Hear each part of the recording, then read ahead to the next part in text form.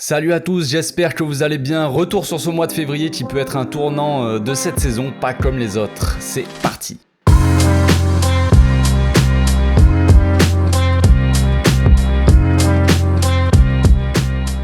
Au passage, n'hésitez pas à vous abonner, liker et commenter. C'est le meilleur moyen de me soutenir et ça fera plaisir à tonton.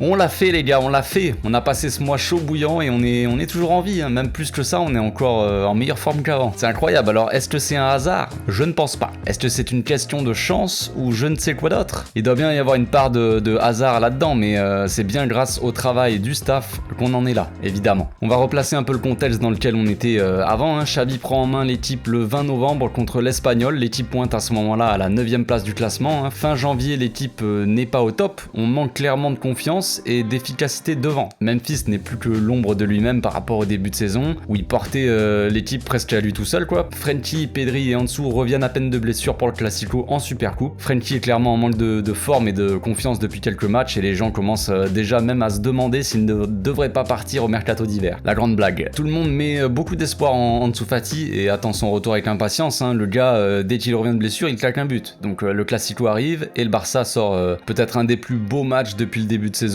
à l'époque, avec celui contre Séville aussi, mais il manque encore beaucoup de choses à cette équipe pour faire la différence. Busquets nous plombe par ses erreurs et son manque de forme, Piqué est un peu à la ramasse aussi, même si ça va quand même mieux depuis l'arrivée de Xavi. Araujo doit quand même prendre la main sur la défense, lui qui joue avec une seule main aussi d'ailleurs contre le Real, mais il y a quand même beaucoup d'espoir après ce match. Le Barça n'est pas loin de gagner le match contre une équipe du Real qui est eux en pleine confiance et sûre de sa force. Le retour de Pedri fait quand même du bien au milieu, même si on le sent encore un peu juste physiquement et bien sûr en manque de rythme, ce qui est normal. Ansu Fati revient et encore une fois il marque un but et Dani Alves apporte beaucoup d'expérience et de sérénité à l'équipe, surtout en défense, à la relance, tout ça. A noter qu'à ce moment-là, notre attaque est pour la plupart du temps composée de Jutla, Abdé et Luc de Jong. Ferran, lui, vient juste d'arriver et n'est clairement pas en rythme. Et Memphis revient lui aussi de blessure, il me semble. Donc le Barça enchaîne par un match encore une fois compliqué contre Bilbao à l'extérieur. Ça aussi c'est à noter d'ailleurs parce qu'au mois de janvier, le Barça ne joue aucun match à domicile. Voilà, incroyable. Donc on enchaîne encore une fois une défaite 3-2, mais encore une fois on voit de belles choses. Ferran qui marque son premier but et Pedri qui marque aussi un beau but à la fin de match. L'équipe fait de bonnes combinaisons et on voit pas mal de choses intéressantes dans le jeu. On voit bien que le travail commence à porter ses fruits, mais l'équipe manque encore de fraîcheur et d'efficacité devant. En plus de ça, on perd Ansu Fati sur blessure et on apprend qu'il doit encore se faire opérer. Malheureusement, le joueur décide de ne pas le faire et veut se rétablir avant la fin de la saison. Donc clairement une très mauvaise nouvelle, car non seulement il va être absent quasiment jusqu'à la fin de la saison, il devrait revenir en avril normalement, mais bon, avec Ansu Fati à chaque fois c'est repoussé, donc vous connaissez la suite, mais en plus de ça il risque encore de rechuter pour son retour. Il y a de fortes chances en tout cas. Bref, on finit ce mois de janvier compliqué avec un match à Alaves. L'équipe gagne 1-0, mais le match était clairement immonde à voir. L'équipe est à bout physiquement et mentalement, ça se voyait. Xavi veut mettre en place ses plans de jeu, mais tous les joueurs n'ont pas pu faire de préparation physique pour appliquer tout ça. Donc tous ces matchs à l'extérieur, ces victoires sur le fil et ces défaites ont épuisé l'équipe. Seul Pedri paraît être un peu au-dessus contre Alaves, et c'est finalement Frenkie qui libère l'équipe et marque le but de la victoire. Donc non seulement l'équipe est à bout, mais en plus de ça, les supporters sont en plein doute. Toi, tu t'étais en plein doute, frérot, moi aussi, on était tous. On voit bien que l'équipe s'améliore dans le jeu, mais ça ne se ressent pas vraiment dans les résultats. On voit qu'il manque pas grand-chose quand même. Xavi n'a pas énormément de choix pour faire tourner l'équipe, entre les absents et les joueurs qui sont en manque de forme. Il fait confiance en Piqué, Busquets et Jordi Alba, qui sont très critiqués dans tous les sens. Ça a critiqué très fort ici aussi les gars, moi j'ai pas honte de le dire. Donc le mois de janvier se finit, les joueurs ont 2 semaines de trêve pour souffler tranquillement, sûrement la meilleure chose qui pouvait arriver à cette équipe à ce moment-là. Araujo, Alves et Dest partent eux avec leur sélection, mais tous les autres n'ont pas de match et restent donc à Barcelone. Ces 2 semaines-là sont clairement vitales pour le club, pour moi. Depuis son arrivée, Xavi n'avait jamais eu autant de temps pour bosser avec l'équipe, dans la tranquillité en tout cas. Il a repris l'équipe en pleine crise avec beaucoup d'absents, il a dû affronter le Bayern entre autres, donc pas évident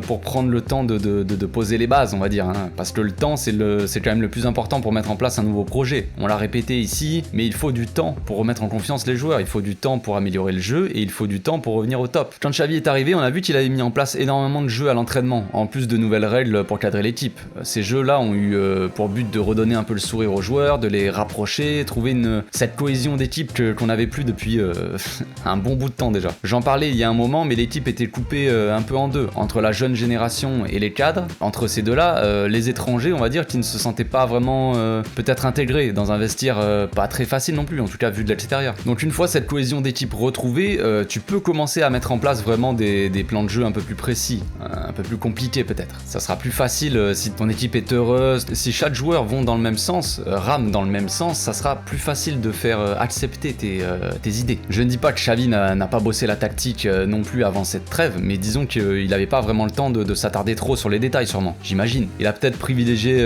l'ambiance et la cohésion d'équipe avant de se plonger vraiment dans le plus dur. Donc cette trêve, non seulement elle a reposé l'équipe, mais elle nous a aussi permis de mieux se comprendre sur le terrain. On a très bien vu la différence entre janvier et février. On peut prendre l'exemple de Gavi ou Frenkie, qui sont des joueurs qui courent beaucoup. Ils mettaient beaucoup de pression sur le terrain, mais ça laissait peut-être un peu des espaces derrière, et ces espaces-là n'étaient pas couverts par d'autres joueurs. Ce qui faisait que Busquets se retrouvait aussi peut-être trop seul, et on a vu le résultat, sur des contre-attaques contre certaines équipes. De son côté, Alves a retrouvé le sourire avec sa sélection. Dest, lui, reprend aussi un peu quelques petites couleurs et un peu de confiance avec son pays. Pendant ce temps-là, Adama et Aubameyang rejoignent l'équipe, en plus de Ferran donc, et Alves. Deux renforts qui vont faire quand même beaucoup de bien à l'équipe très rapidement. Hein. Bien sûr, au début, y avait des doutes. Perso, moi, j'avais des doutes concernant l'adaptation d'Adama, principalement par rapport au jeu de position et à la façon de défendre des équipes en face, contre nous, hein, en bloc bas, quoi. En Angleterre, on le voyait jouer beaucoup en contre, avec des grands espaces où il pouvait prendre beaucoup de vitesse et vraiment jouer sur ses qualités. À Barcelone, on se doutait que ça allait pas être pareil, donc on savait pas. Moi, je ne savais pas, on pouvait pas être sûr. Ses stats ne jouaient pas non plus en sa faveur, on va dire. Si je me trompe pas, il me semble qu'il avait fait genre 2 passes décisives sur ses 72 derniers matchs depuis 2020. Donc bon, j'étais un peu plus confiant quand même concernant Aubameyang, qui a quand même marqué partout où il a joué, donc ça reste un buteur, voilà. Même s'il avait eu quand même beaucoup d'histoires extra-sportives avec sa sélection juste avant, avec la CAN. Et bizarrement, Arsenal voulait s'en débarrasser, quitte à payer même pour ça, donc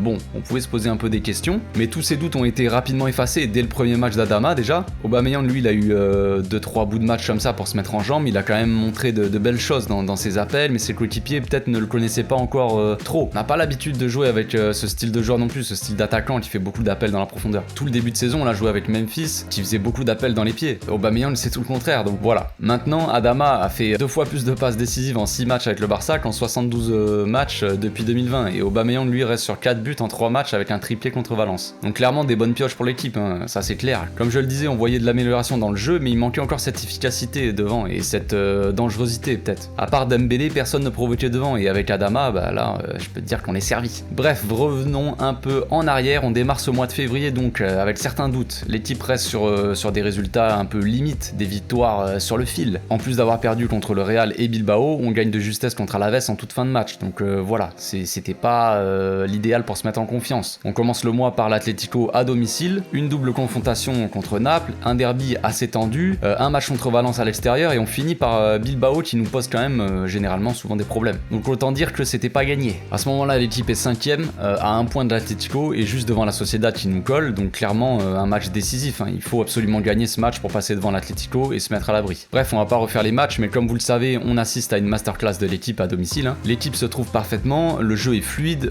les joueurs montrent de l'envie, à l'image de Jordi Alba qui sort quand même un gros match. Seul point négatif, c'est évidemment le rouge de Daniel Alves, qui va nous priver du joueur pendant 4 matchs d'affilée. Alors à ce moment-là, Dest est aux abonnés absents, le joueur est en manque de confiance totale depuis des mois, il a eu beaucoup de blessures aussi au dos je crois, en début de saison, donc apparemment, pouvait pas être à 100%. Xavi lui avait fait confiance contre le Bayern et ça avait été une catastrophe. À ce moment-là, il y a beaucoup de rumeurs qui sortent comme quoi on va le vendre dès le mercato d'hiver, mais le joueur il tient le coup et a envie de montrer à Xavi qu'il peut jouer ici, qu'il peut avoir confiance en lui. Bon, Xavi lui donne sa chance contre l'Espagnol et le joueur répond présent sans être exceptionnel, il fait quand même un bon match. Le match suivant, c'est Mingueza qui prend sa place contre Naples, peut-être un désir de faire tourner ou alors de tester un peu le remplaçant d'Alves pour la fin de saison, savoir si on fait tourner, qui on peut mettre. Et là, j'imagine qu'il a dû se passer peut-être quelque chose dans la tête de Dest parce que c'était plus du tout le même après, hein. Il enchaîne gros match sur gros match contre Valence, Naples et ce week-end contre Bilbao côté gauche pour remplacer Alba. Il monte clairement en puissance petit à petit, il prouve que finalement, il a peut-être les épaules pour réussir ici. Le talent, il l'a, le potentiel aussi, ça on le savait, ça c'est pas une surprise. Mais beaucoup n'arrivent pas à réussir car ils supportent pas la pression.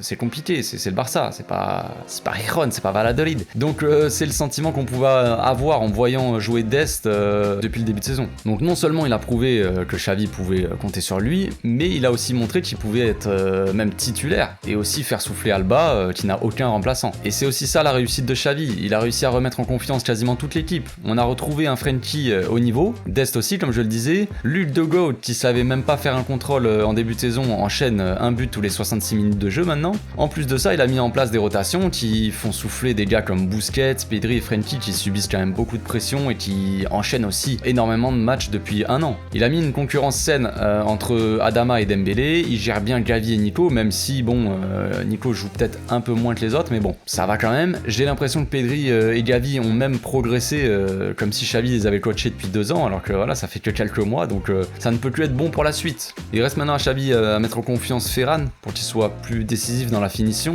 et bien sûr essayer de faire plus de rotation avec Piqué par exemple, comme il l'a fait ces derniers matchs avec Busquets.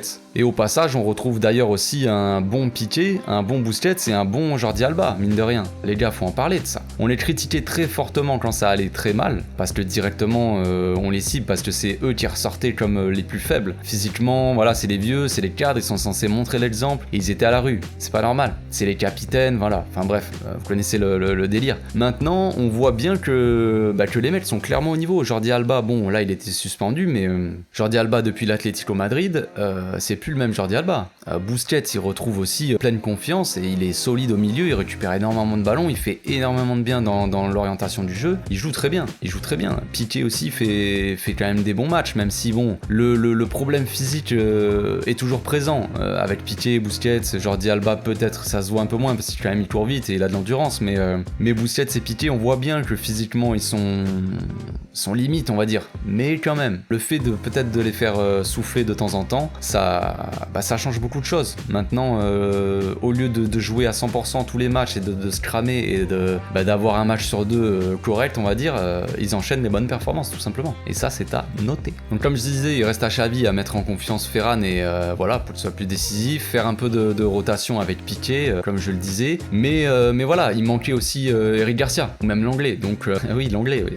Oui, j'ai bien parlé de Clever l'anglais. Donc voilà, il y a quand même des mecs qui vont revenir de blessure, il y a moyen de faire des rotations. Est-ce que Xavi arrivera aussi à remettre l'anglais en forme? Ça, c'est une question à se poser, mais je ne dis pas que l'anglais doit rester au club ou être titulaire, mais ça serait intéressant quand même qu'il revienne en pleine confiance. À voir, si l'anglais redevient, parce que l'anglais, avant de perdre confiance totale, il était quand même très très chaud, faut se le dire. Donc voilà, déjà si on retrouve un anglais en confiance, déjà ça peut faire du bien à l'équipe, et si tu veux pas le garder, tu le vendras à un meilleur prix déjà, tout simplement. Donc on finit ce mois de février avec le plein de confiance et des grosses victoires, des masterclass sur masterclass, c'est incroyable, des 4-0, des 4-2, des 4 buts dans tous les sens. On a mis énormément de buts, on a mis plus de buts là en 3 matchs qu'en 10 matchs au début là. Je sais pas, je dis ça au hasard, mais je pense que ça doit pas être loin. L'équipe pointe à la 4ème place, à 1 point du Betis, 3ème avec un match en moins, et à 9 points de Séville, 2ème avec aussi donc un match en moins. Le sprint final commence et on peut se permettre de rêver un petit peu. Est-ce que ce mois de février sera décisif pour la fin de saison? C'est probable. En tout cas, ça va faire du bien à l'équipe et ça la met dans les meilleures conditions pour la fin de saison. Ce mois de mars démarre tranquillement mais va monter en puissance petit à petit. On affronte Elche et Osasuna en Liga, plus une confrontation entre-temps contre Galatasaray, aller-retour en Ligue Europa, dont un match retour en Turquie qui sera sûrement fatigant mentalement parce que c'est chaud bouillant là-bas. On finit le mois aussi en allant chez notre meilleur ennemi, évidemment le Real Madrid. Donc ce que je retiens de ce mois, sans parler des résultats, c'est avant tout la très bonne gestion de Xavi. Tous les joueurs sont concernés, les gars qui rentrent sur le terrain sont décisifs, à l'image de Luke, Memphis et Dembélé ce week-end par exemple. L'équipe a encore beaucoup de choses à améliorer, mais on est quand même sur le bon chemin les gars. On est franchement, quand on voit comment on jouait il y a quelques mois de ça, les résultats qu'on avait, le manque d'efficacité devant. Regardez tout ça maintenant, ça a presque disparu. Alors tout n'est pas parfait et tout, ça veut pas dire qu'on va gagner 4-0 à tous les matchs, mais on est quand même vraiment sur le bon chemin, tout simplement. Et ça, on peut être content. Xavi a donné pas mal de repos aux joueurs cette semaine pour les récompenser aussi d'ailleurs, donc voilà. On va bientôt pouvoir récupérer quasi toute l'équipe, sauf bien sûr Ansu Fati, qui à mon avis, je pense qu'on le reverra sûrement peut-être pas de la fin de saison. Donc voilà, comme je le disais, retour de l'anglais Garcia en défense et Memphis qui revient bien aussi. J'ai hâte de voir comment Xavi utilisera Memphis aussi parce que lui, il peut apporter beaucoup. Mais j'avais l'impression qu'il savait pas trop où se placer en début de saison. Il voulait s'occuper un peu de tout et il a fini par perdre le fil et s'épuiser pour rien, mentalement mentalement, physiquement, voilà. Ça, c'est... Et après, voilà ce qui suit, il s'est blessé. Donc j'espère aussi voir Dest prendre plus d'importance dans l'équipe. Il a prouvé qu'il a les capacités et contre certaines équipes, il pourrait même être un meilleur choix qu'Alves. Hein. Je pense par exemple au Real face à Vinicius. Attention. Donc voilà, que des bonnes choses, que des bonnes nouvelles. Voilà, on démarre les semaines toujours avec le sourire. Là, on a une petite semaine tranquille pour se reposer. Le match qui arrive, c'est contre Elche, donc normalement ça devrait bien se passer, hein. Ça devrait aller. Donc voilà, c'est tout pour aujourd'hui. J'espère que ma vidéo vous a plu. On se retrouve bientôt pour une nouvelle vidéo. D'ici là, portez-vous bien les amis, passez une très bonne journée. Ciao.